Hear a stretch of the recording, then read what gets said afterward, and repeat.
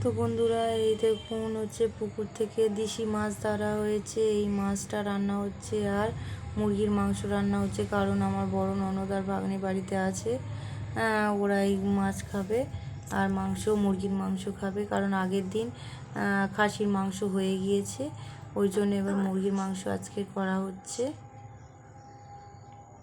তো বন্ধুরা আজকে বেশি কিছু শেয়ার করব না আপনাদের সাথে, শুধু এই মাছের ঝোল আর মাংস ভাত এটুকুনি দেখিয়ে আর ব্যাস ছেড়ে দেব।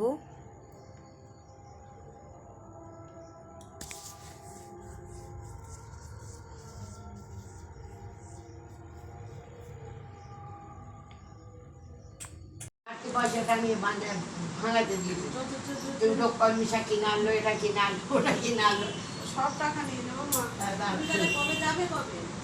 হ্যালো বন্ধুরা, আজকে অনেক রাত হয়েছে, খাওয়া দাওয়া হয়ে গিয়েছে, আমার ননদ আর ভাগ্নি বাড়িতে চলে গিয়েছে।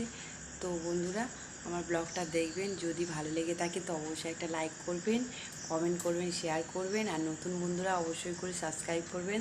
তো আজকের মতো good night, tata, bye bye. আবার দেখা হচ্ছে নেক্সট ব্লগে নেক্সট দিনে।